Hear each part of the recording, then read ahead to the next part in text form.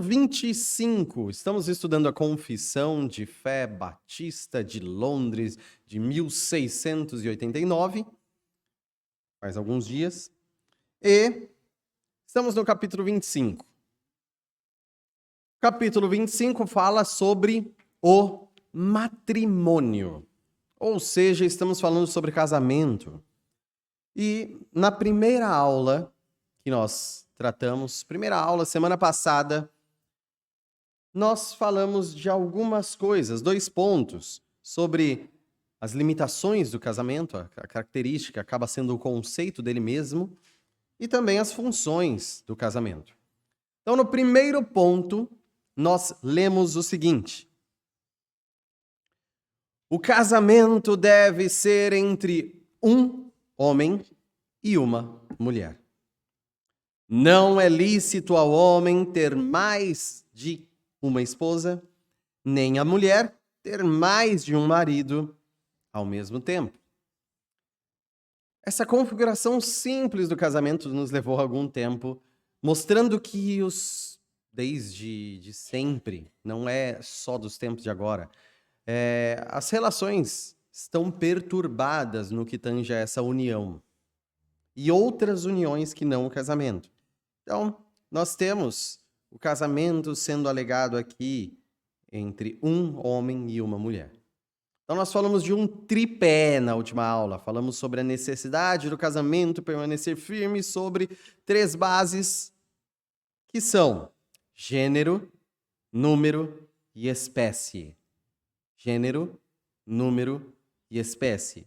Falamos que é homem e mulher, falamos que é um homem e uma mulher, falamos que homem e mulher mesmo não envolve também animais, até nisso nós chegamos a falar no final. Pois bem, no segundo ponto, nós falamos sobre as funções do matrimônio, focando em 2 delas, família e sexo. Então, ponto 2 diz: o casamento foi ordenado para o auxílio mútuo entre marido e mulher, para a propagação da humanidade por uma sucessão legítima e prevenção da impureza. Ou seja, primeiro nós falamos do auxílio mútuo. O casamento é para auxílio mútuo, para se ajudar, para se auxiliar. Nós lemos sobre isso, fundamento do casamento, fundamento da criação da mulher, para ajudar. Então nós estamos falando que eles, na sua união, têm um auxílio melhor, uma ajuda melhor. Nesse sentido, um não nasce para viver dos seus próprios interesses, mas o casamento é para viverem de interesses mútuos. Então, o núcleo do casamento é o amor ao próximo. Deus criou a família com esse objetivo. Lembrem-se, Deus criou a família como um grande treinamento do amor ao próximo. Se nós dependêssemos do nosso amor ao próximo apenas daquilo que a gente faz por pessoas avulsas que não conhecemos, seria muito menor. Experimentaríamos muito menos do que o amor. Então, casar e ter filhos, para quem já conhece a experiência, é anular-se. É anular a si mesmo. Uma forma de treinar o amor sacrificial. Então, lembrem em 1 Coríntios 13, que fala sobre amor. O amor, ele não procura os seus próprios interesses. Então, você tem que sacrificar os seus próprios interesses para viver os interesses também de outra pessoa. Casamento é um grande treinamento disso. E não é fácil, todo mundo sabe que não é fácil. Não sei se vocês já ouviram a frase ou já viram pessoas assim, casou, a pessoa mudou. Ela já não é mais a mesma quando era solteira. Ela mudou, ela era diferente, ela era mais irresponsável, engraçada, brincalhona. E aí chega assim um amigo e fala, você casou, você mudou. Graças a Deus. Ruim é o casamento de hoje em dia, que fundamentado em egoísmo, casamento mundano de hoje em dia, a pessoa não muda. não se adequa, não serve, não se reconfigura, continua sendo a mesma pessoa. Casamento é para você não ser mais só você. Então é óbvio que doloridamente, desconheço o caso que não assim, você vai se transformando entre amores e terrores, vai se transformando em servir ao próximo, servir aos interesses de outro também. Então isso é um treinamento de amor ao próximo. Imagine o que você faz para o seu cônjuge na constância do casamento e o que você fez por um desconhecido. A intensidade desses amores é muito diferente. Então, o casamento, entre outras coisas, serve para treinar o amor. Lembra, o amor é paciente, então treinar a paciência também. Sem paciência, um casamento é difícil ser mantido. Folga com a verdade, um casamento que permanece em mentiras é difícil ser mantido. O amor tudo sofre, tudo crê, tudo espera, suporta. Define bastante também o que a gente treina no casamento. Lembra? Esse amor que é citado ali não é um amor só de casamento. Mas se o casamento treina quanto ao amor, nós vemos realmente sofrimento, acreditar, esperar, suportar. Tudo isso é treinado no casamento. Então, o casamento serve para esse auxílio mútuo, sim. E as pessoas precisam viver o amor dentro do casamento. Então, é óbvio que quando a gente olha modelos fora, modelos longe das escrituras, não é tão normal amar. Se vocês olharem a definição de amor, que não é simplesmente um sentimento, não é uma paixão, então, o mundo não quer amar.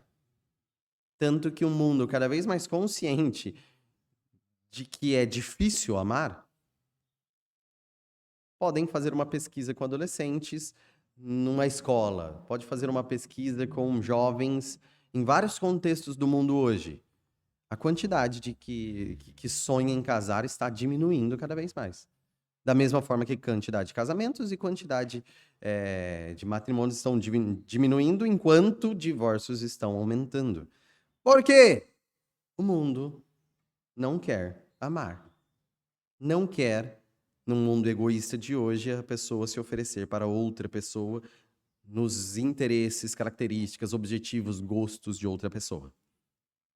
Além disso, além do auxílio mútuo, que é constituir família, viver em prol de família, se sacrificar em prol da família, trabalhar dentro ou fora de casa em prol da família, tudo isso.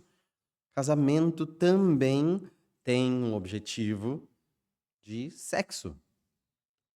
E nós vimos para dois objetivos, tanto linhagem, tanto quanto sucessão, quanto manter pureza, porque o desejo, o apetite existe, então, sendo dentro do casamento, está tudo puro.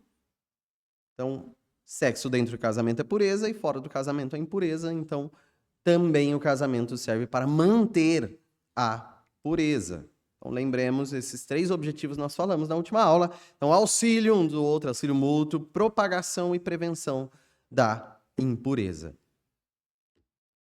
Fechado isso, esse resgate do que estamos falando de casamento, primeiro, alguma pergunta ou consideração da última aula que ficou pendente? Pastor Ciro Dutra. Consideração, claro. Vamos aguardar aí um microfone? O Leandro levantou.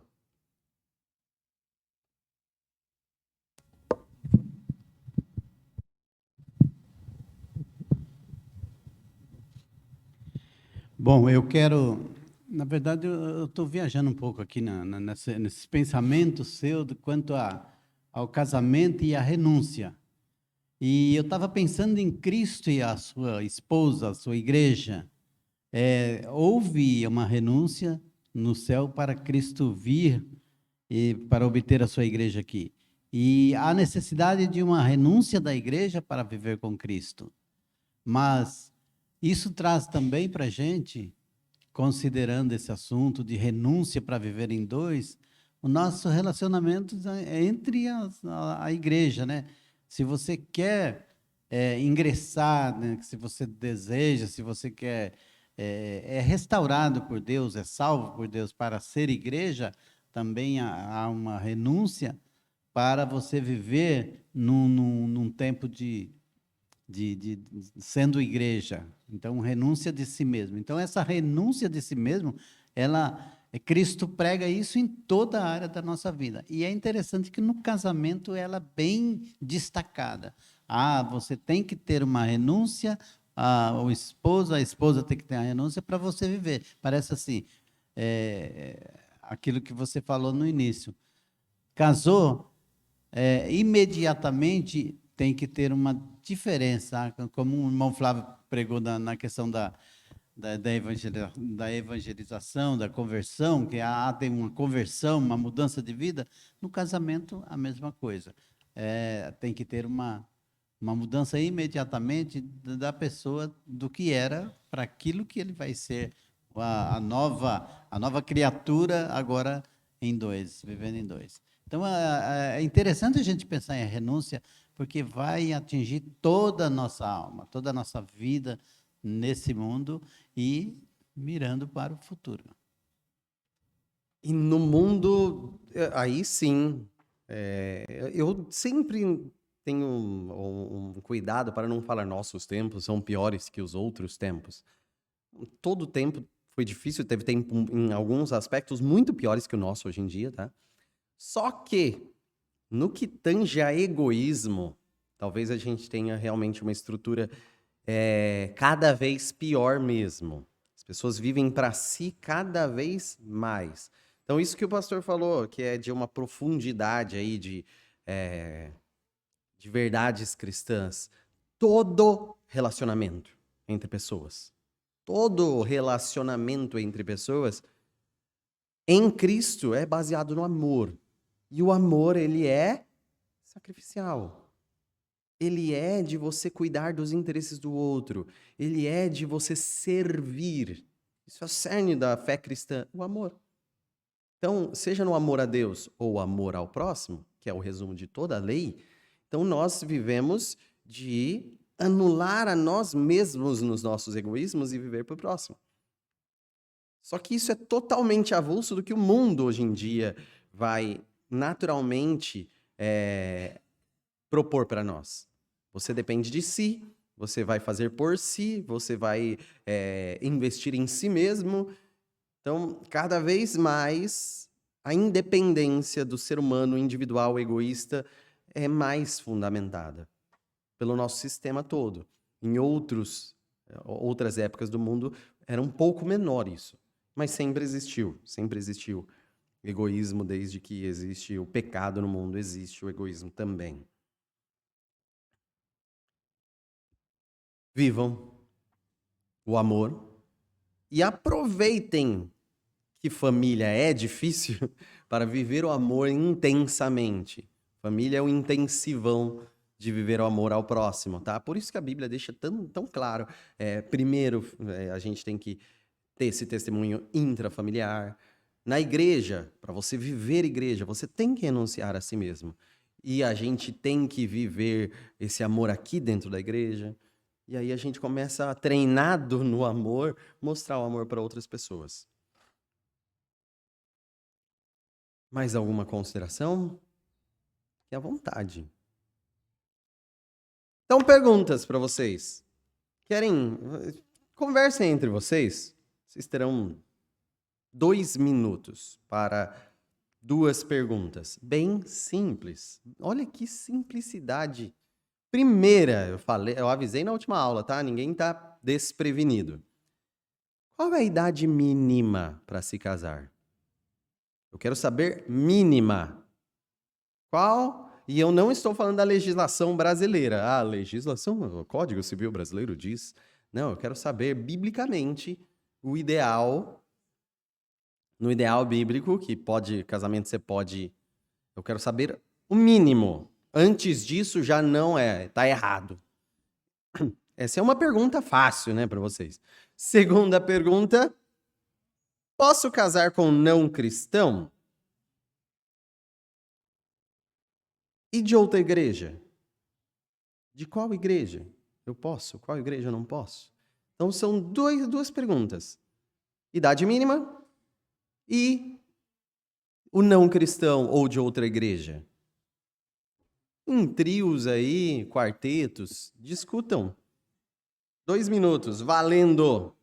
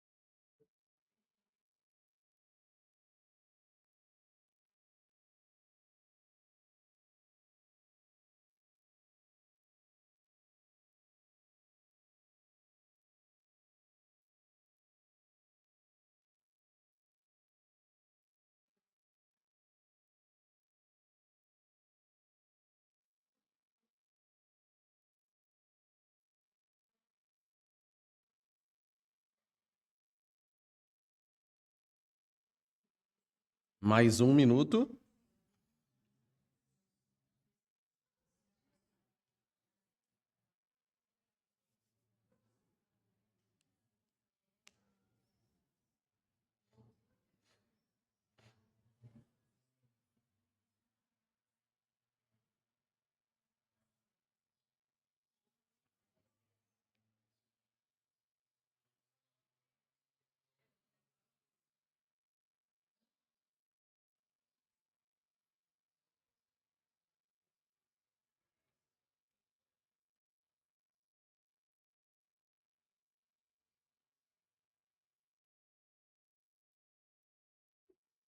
Últimos segundos aí.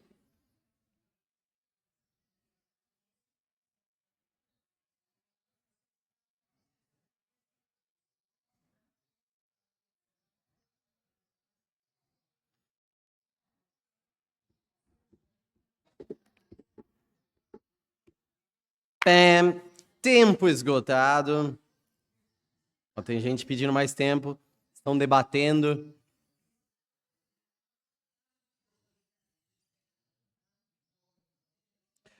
Pois bem, alguém pode compartilhar a ideia que chegaram aí de idade mínima para se casar? Eu já ouvi alguém falando 16 anos. Já tem 16 anos, idade mínima. Mais alguém falando?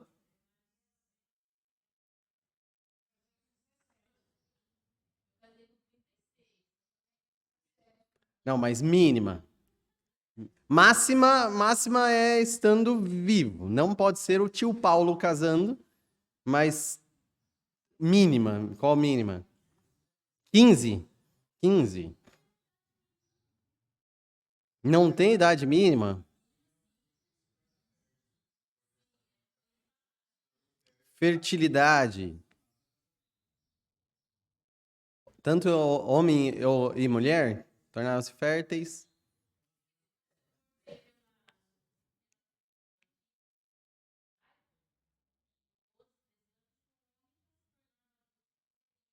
Treze anos, isso.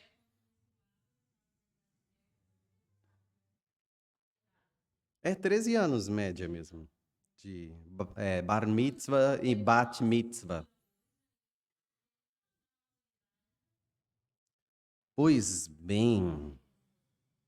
Então, a idade mínima está aí, o pessoal está falando, sobre certo e errado, não quer dizer que vamos praticar exatamente a idade mínima. Não é isso, tá, gente?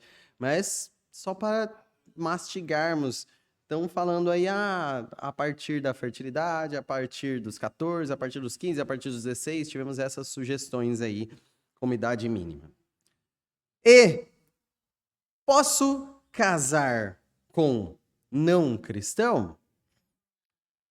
Easy essa pergunta, né? Não, todo mundo, não é indicado, não pode. Pessoas fazem o que não podem? Fazem. Mas não pode casar com não cristão. Agora, e de outra igreja? Qual igreja eu posso casar? De qual igreja eu posso casar? Posso casar de outra igreja batista? Pode. Mas aí vai para qual?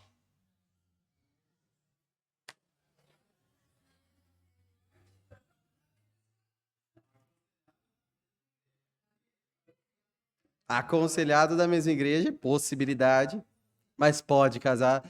Tá, e de outra denominação? Pode casar com batista? Pode casar com presbiteriano?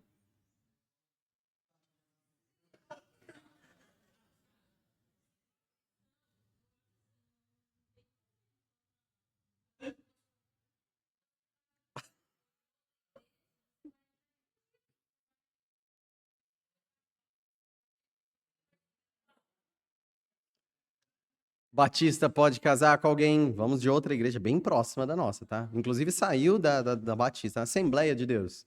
Pode?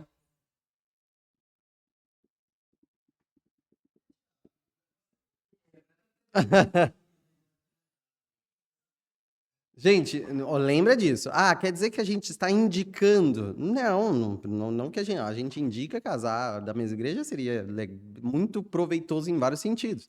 Mas possibilidade. É pecado? Seria um erro casar com um presbiteriano ou assembleiano? Um batista? Opa, não.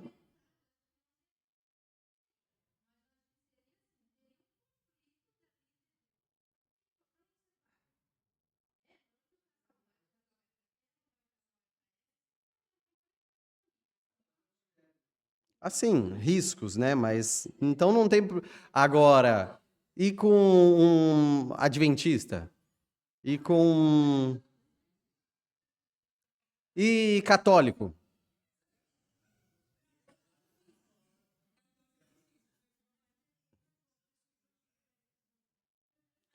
Complica? Sim, sim. Sim. Lembremos que todas as orientações se já é cristão e vai casar. Se casou-se antes de se tornar cristão, aí é outros 500. Tem orientação em 1 Coríntios 7, né?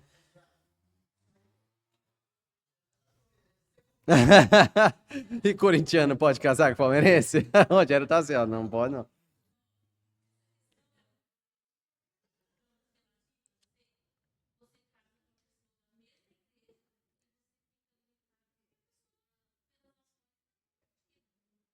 Sim, vamos falar disso também. Então vamos comentar dessas coisas. Resposta nós teremos para essas questões, mas para a idade acho que não vamos ter uma resposta. Vamos dar para capítulo. Capítulo não, né? Estamos ainda no mesmo capítulo. Terceiro ponto desse capítulo. Então, ponto 3. Vamos falar sobre quem pode se casar aí. Ponto 3. Vamos fazer a leitura integral. O casamento é lícito para todos os tipos de pessoas, desde que possam dar o seu consentimento. No entanto, é o dever dos cristãos casarem-se no Senhor. E, portanto, como aqueles que professam a verdadeira religião não devem se casar com infiéis ou idólatras, nem devem, como aqueles que são piedosos, estar em julgo desigual, casando-se com os que são ímpios em suas vidas ou defendem heresia condenável. Então vamos lá.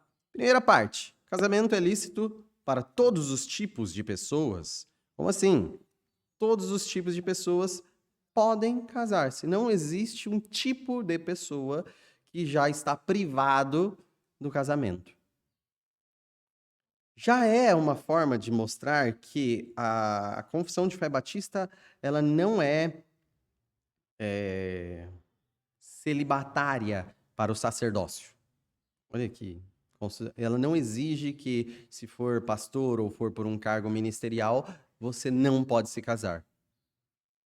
Então, não existe tipo de pessoa que está privado necessariamente do casamento. Então, é lícito. Então, quer dizer que todas devem casar-se?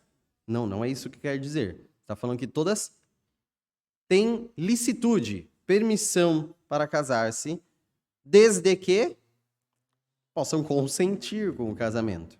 Ou seja, pobres podem se casar, ricos também. Falantes de espanhol, como nós temos até nessa igreja. Falantes de português também.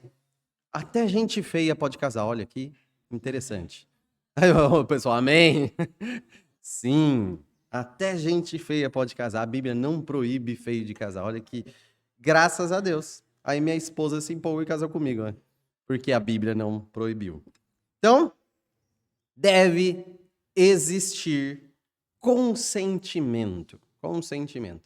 Então, o casamento não é algo que deve ser obrigado. Não deve ser obrigatório o casamento. Ó, vamos pegar esses dois aqui que não querem se casar e declarar casado, e vocês estão casados e mandar os dois casar, os dois não querem e os dois casam. Não é isso o ideal de casamento. Por mais que, historicamente, nem todo casamento é simplesmente por romance apaixonado. Às vezes, por exemplo, reis, nobres, principalmente, casavam em casamentos arranjados, eles consentiam por outro motivo que não a paixão, tá? Nem sempre, é porque eu sou apaixonado por aquela pessoa. Esse não foi sempre o motivo. Às vezes é porque a nossa família precisa gerar uma aliança militar. Mas ele consentia com essa missão. Então, o que eu estou falando é que, independente do motivo de que vai gerar aquele matrimônio, que às vezes não é a paixão, o amor é obrigatório dentro do casamento, deve existir, mesmo que seja cultivado e será cultivado, mas o consentimento é necessário. O consentimento é necessário. Então, eis que surge a questão. Mas qual é a idade do consentimento? Inclusive, se vocês procurarem na internet idade do consentimento, vai estar falando sobre duas coisas. A principal delas, sexo, para definir pedofilia. E casamento, para definir união civil.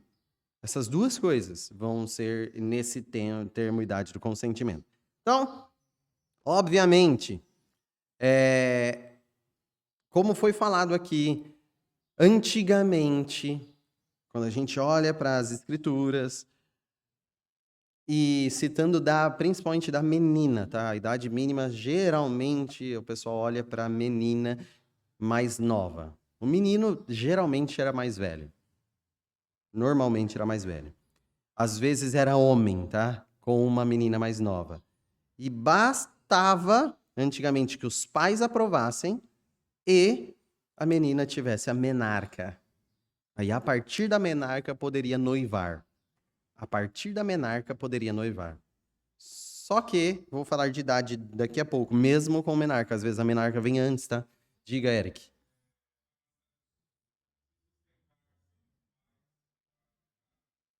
Capacidade de sustentar depende, novamente, da cultura. Posso citar rapidamente, deixa eu só chegar lá, mas eu vou falar disso. Por exemplo, se a gente considerar aqui no Brasil, hoje em dia, para mostrar que depende da cultura, depende da lei, depende do debate público, da civilização. Hoje, aqui no Brasil, o ato sexual tem idade mínima de consentimento estabelecido por Código Civil em 14 anos, tá? 14 anos. Então, se houve consentimento, passa a não ser ilegal, é lógico que é tratado por mais leis do que isso, mas o mínimo é 14. Antes dos 14 anos, não importa o consentimento, é crime. Não importa. Não, mas 13 anos e ela quis. Não importa. Ele quis, o menino quis. Não importa, é crime. É crime. Agora, a partir dos 14, com consentimento, já é encarado de outra forma pela lei. Agora, o casamento é permitido pelo Código Civil a partir dos 16. 16. Então, para mostrar já a cultura brasileira, o sexo é permitido aos 14 e o casamento aos 16.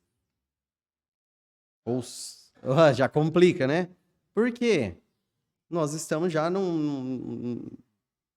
numa cultura que o sexo livre é mais saudável do que o casamento. O casamento é muito sério. O sexo não é sério. Então, precisa de mais idade para o casamento. E tenho, pelo menos eu, um conceito bem claro de que isso seria inadequado, essa visão. Porque esses dois temas deveriam ser unidos, obviamente.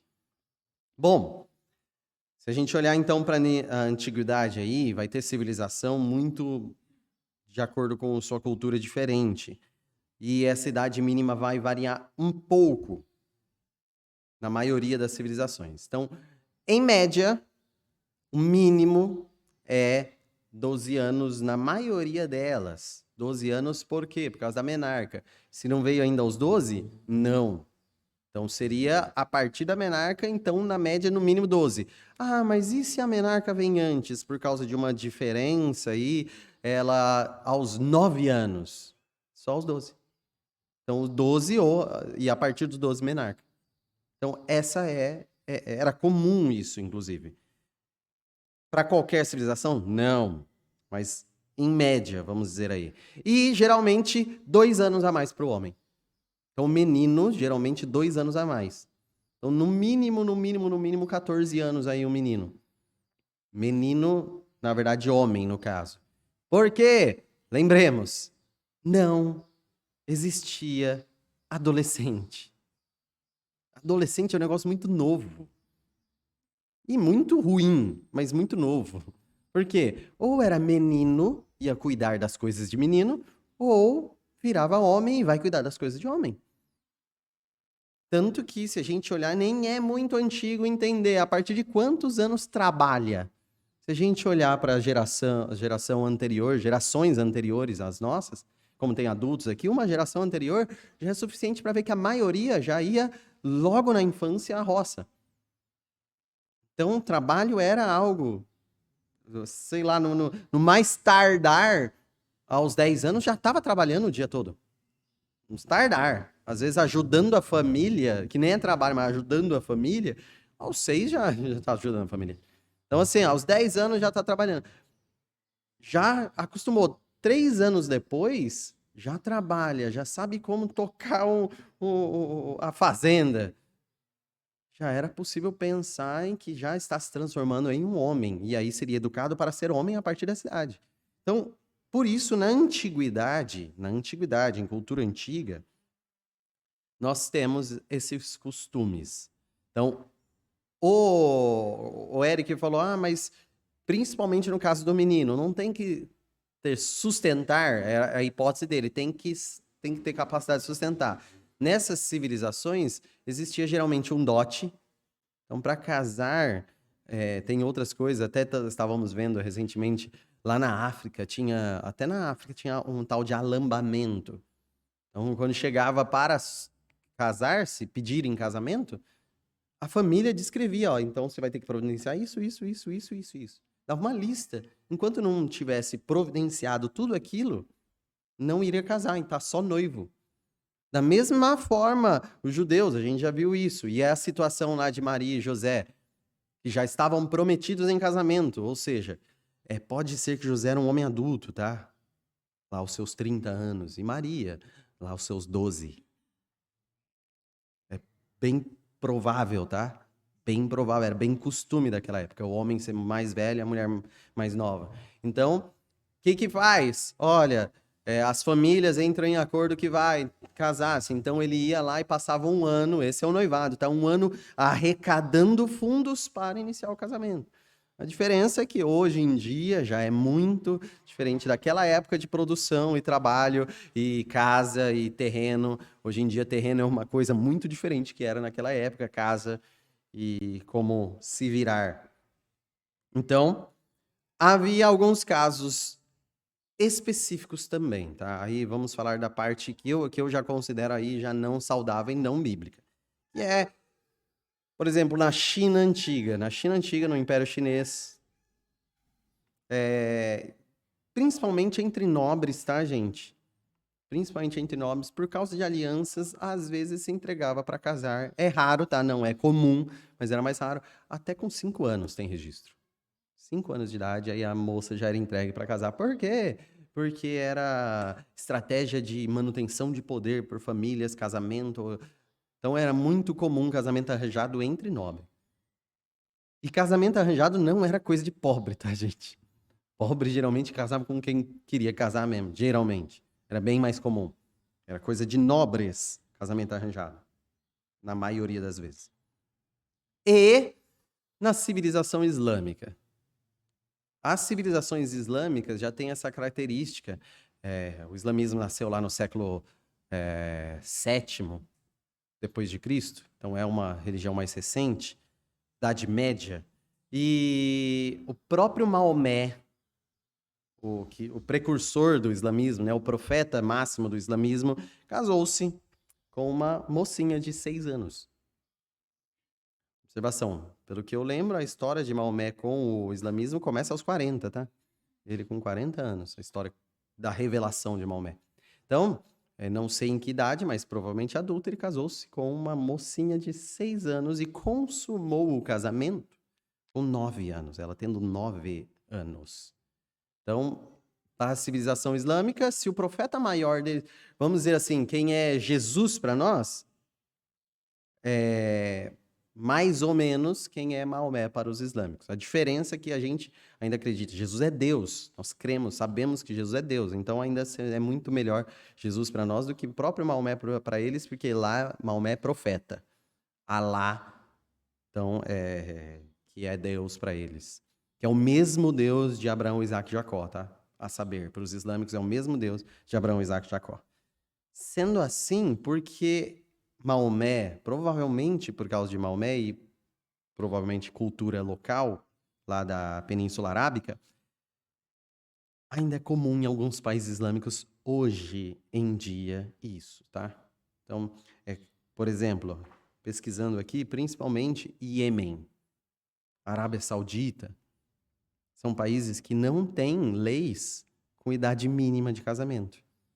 E acaba tendo ainda esse tipo de casamento com meninas mesmo, crianças. E tem ainda, por exemplo, o Irã, que a idade mínima são 13 anos da menina, só que já tem na lei previsão de, se os pais autorizarem, pode ser antes. Então, são estilos, culturas diferentes. Bom, então nós temos esses extremos aí já conhecidos. Jales? Eu queria só falar na minha região, lá no Rio de Janeiro, sou bem do interior, né? Então, lá quando as pessoas iam se casar depois da idade normal, então era bem mais fácil, comparando com hoje em dia, né? O que acontecia? As pessoas que tinham terreno, essas coisas, propriedade, aí o que eu fazia? Eu casava, né? E ia morar nessa casa desse né, proprietário. Então, ali eu trabalhava 2 vezes por semana ou 1 vez por semana para ele. E as coisas que eu plantava, para mim, eu dava um terço a ele, mandioca, farinha, essas coisas, que isso é sítio, falando na roça, né? Então, eu com 15 ou 20 anos já era responsável, porque a gente já nasceu trabalhando, né? Isso não era difícil para a gente tinha esse costume. Agora, hoje em dia, não. Hoje em dia, para você ter uma casa é bem mais difícil, só em comprar um lote, construir, então fica bem mais difícil. Então, isso lá na nossa área, naquela época, isso faz uns 40 anos atrás, era bem mais fácil você ser um chefe de casa. Sim, sim. E isso é algo que nós devemos considerar. Então, fisiologicamente,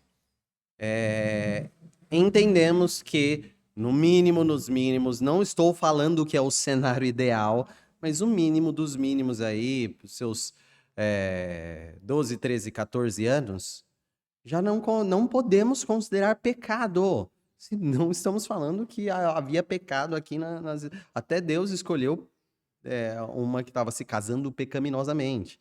Então, não é isso. Só pode não ser indicado, principalmente culturalmente falando.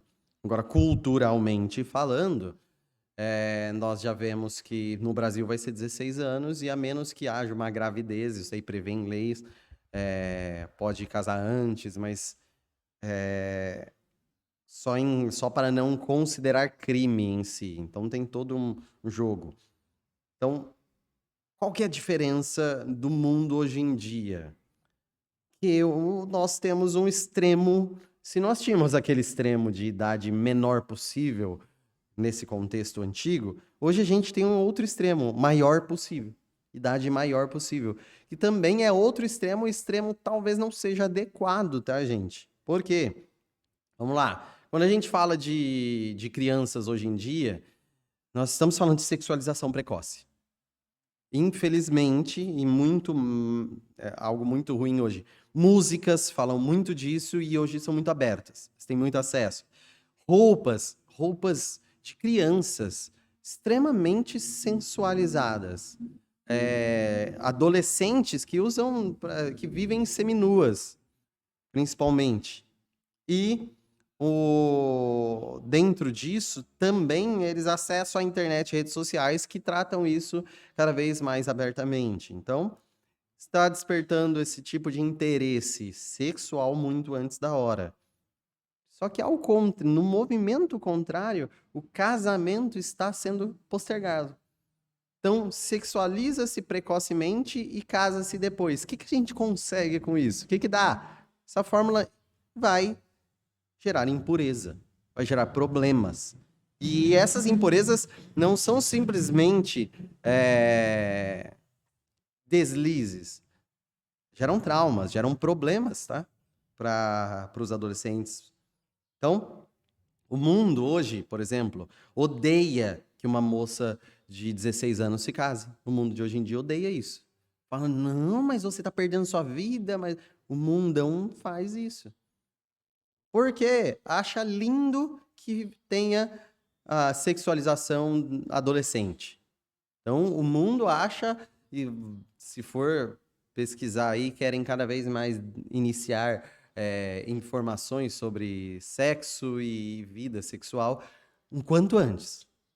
Mas casamento não. Casamento o máximo depois.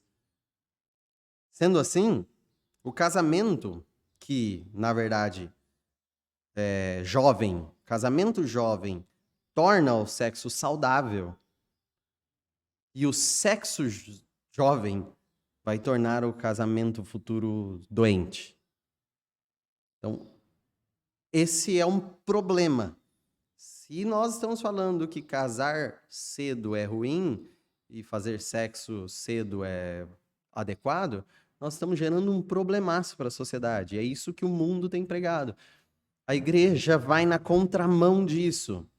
O casamento jovem é saudável para o sexo, enquanto o sexo jovem é doente para o casamento futuro. Então, a pessoa que já teve várias experiências sexuais, depois casa, vai ter problemas. Vai ter problemas dentro do casamento. O menor deles é a comparação. O menor. A pessoa já fala assim, com tal pessoa eu me satisfiz melhor. E isso vai ter problemas de fidelidade, vai ter problemas de insatisfação, vai gerar inúmeros problemas. E a Bíblia coloca que é maravilhoso o casal descobrir sexo junto. Descobrir pela primeira vez junto. Então, para um casamento, é maravilhoso que eles descubram. Não comparem com outros, descubram. Então, postergar demais o casamento, hoje em dia, devido à carreira, devido a estudos, pode ser ruim para manter-se sem sexo até o casamento e também tornar tarde a gravidez, por exemplo. Carreira e estudos não devem ser empecilho para casamento, visto que o próprio casamento, o propósito é auxílio mútuo. Então, tecnicamente, até o casamento pode auxiliar carreira e estudos. Se for necessário, aí o casal luta, e dois lutam melhor do que um. Então, vamos lá, Hebreus 13:4. Hebreus 13, 4.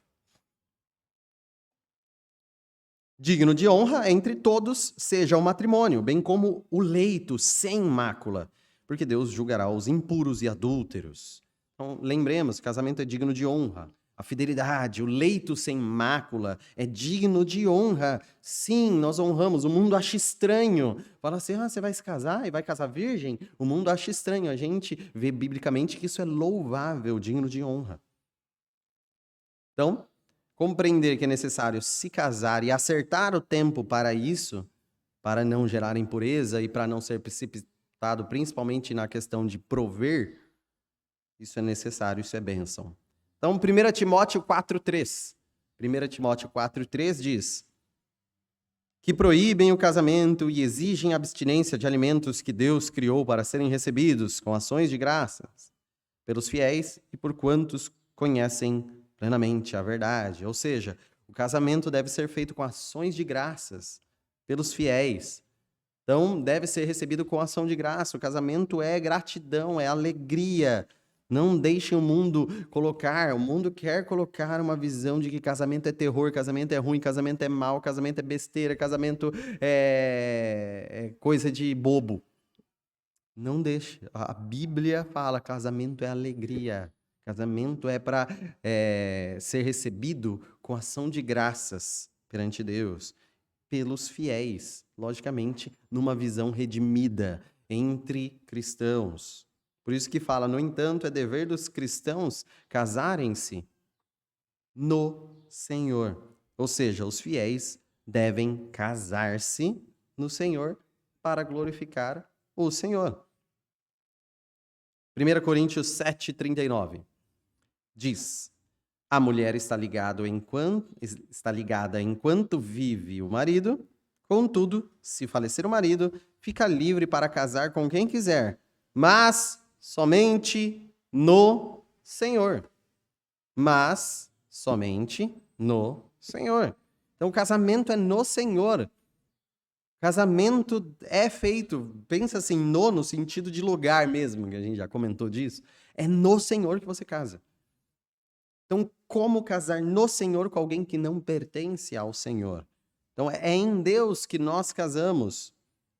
Como que nós poderíamos nos casar com alguém, no Senhor, com alguém que não ama o Senhor? Então, é necessário buscarmos cristãos para tal. Quais cristãos? 10:28. Podemos entrar nesse tópico e demoraremos algum tempo. Então, não vou hoje, que nem a aula passada, alugar mais 20 minutos de vocês. Então, fica para domingo que vem continuarmos aqui. Só conseguimos falar sobre a idade, mas falaremos ainda sobre com quem casar, situação desse casamento.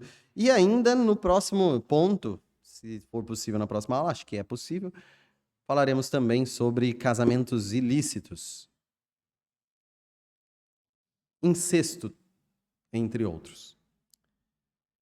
Alguma dúvida do que falamos até agora, principalmente de idade ou comentário? Só comentário em si?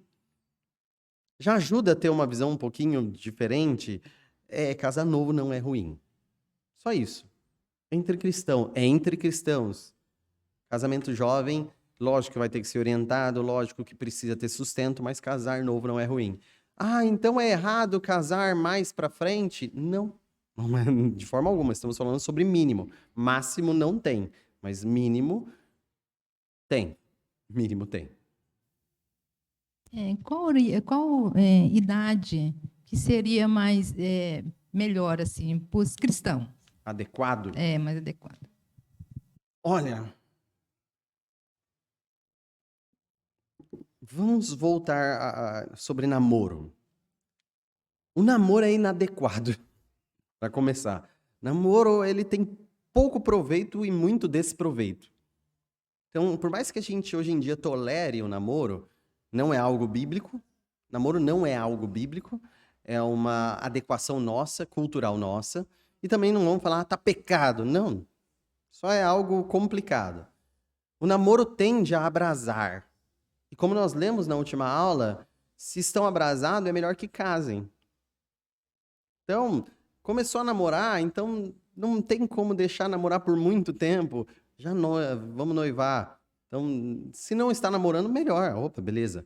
Então dá para esperar mais um pouco. Então depende do namoro, a idade adequada.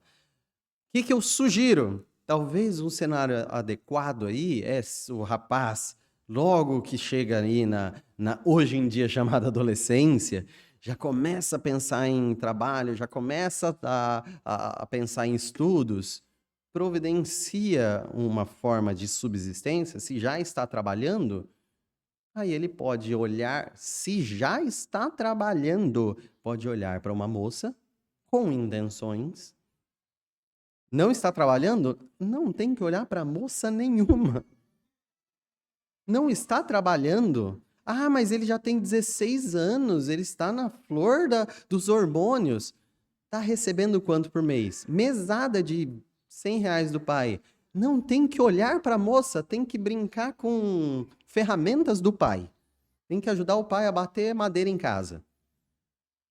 Ah, agora já está trabalhando. Opa, está trabalhando? Está olhando com intenções para uma moça?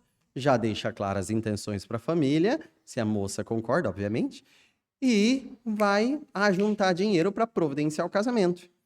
Ah, mas eu só vou conseguir ajuntar esse dinheiro com o meu salário atual em 12 anos. Então, não é noivado. Isso aí não é noivado. Então, o ideal, adequado, lógico que todos tropeçam em muitas coisas dessas, mas orientem os jovens assim, orientem os adolescentes assim, orientem, porque, vou trabalhar o quanto antes, começar a trabalhar, vou estudar para conseguir melhor, mas agora eu já consigo alugar uma casinha. Lembra que simplicidade é bênção, tá? Ah, não, preciso ganhar no mínimo 20 mil por mês para eu conseguir um padrão mínimo de vida. Provavelmente vai casar com 40 anos e daí para frente só trabalho focando egoisticamente em carreira. Então isso pode ser ruim. Então, uma pessoa que vive para carreira, depois que casa, vai continuar vivendo para carreira, tá? E aí o casamento vai ser muito complicado, porque vai só focar no profissional. Então, dica é essa. Qual que é a idade mínima? Olha, o mais novo possível, desde que consiga sustentar, vinculou aí o que o Eric falou. E como que vai sustentar? Sustentar uma vida simples, desde que consiga estruturar o casamento, não precisa de uma festona de milhares e milhares e milhares de reais, não. Desde que seja reconhecido civil e na igreja, se alegra ali com a família, celebrando com ações de graças o casamento e, ok, está casado.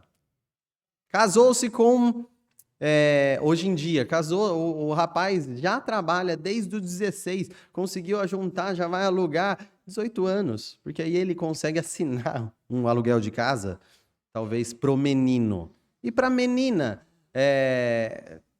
sei lá, 16 anos? Tá? Não, mas assim, no mínimo, não vamos imputar pecado. Então, pela nossa lei cultural, 16 anos. Então, esse é o mínimo. Vai ser o adequado? Na maioria das vezes, não.